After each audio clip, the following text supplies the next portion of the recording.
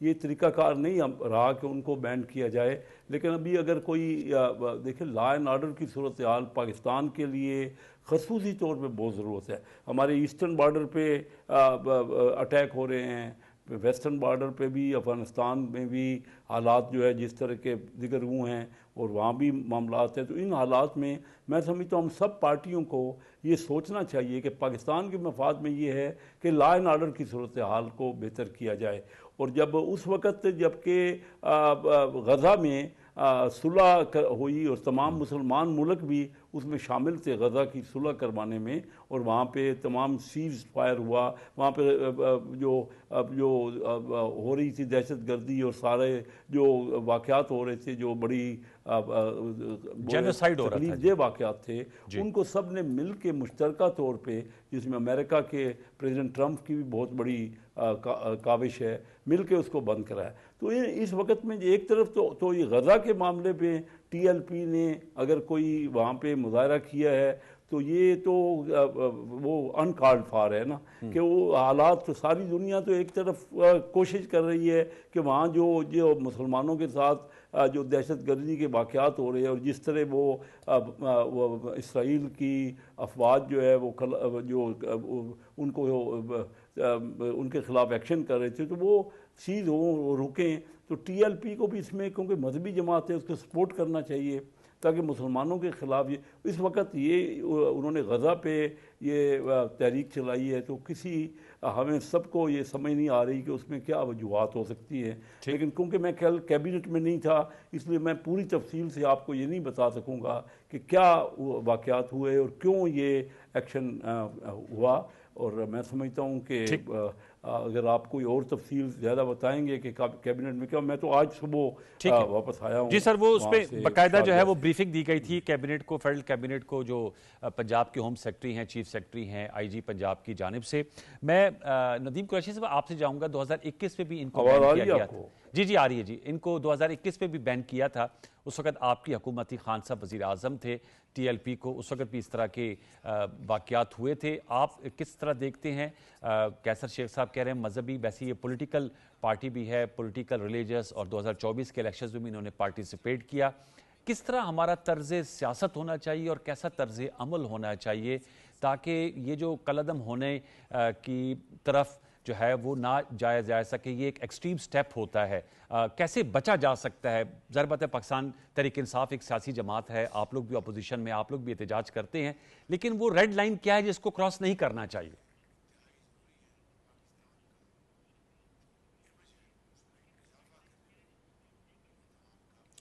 بسم اللہ الرحمن الرحیم. دیکھیں نوار بھائی, میں آپ سے گزارش کر دوں, میں تو ایک پولیٹیکل ورکر ہوں جی, میں تو ڈیبیٹ پہ یقین رکھتا ہوں, ڈائیلاگ پر یقین رکھتا ہوں, اپنے اپوننٹ کی رائے کو احترام دیتے ہوئے اپنی رائے کو لاجیکل انداز میں اسے منوانے پر اعتبار رکھتا ہوں.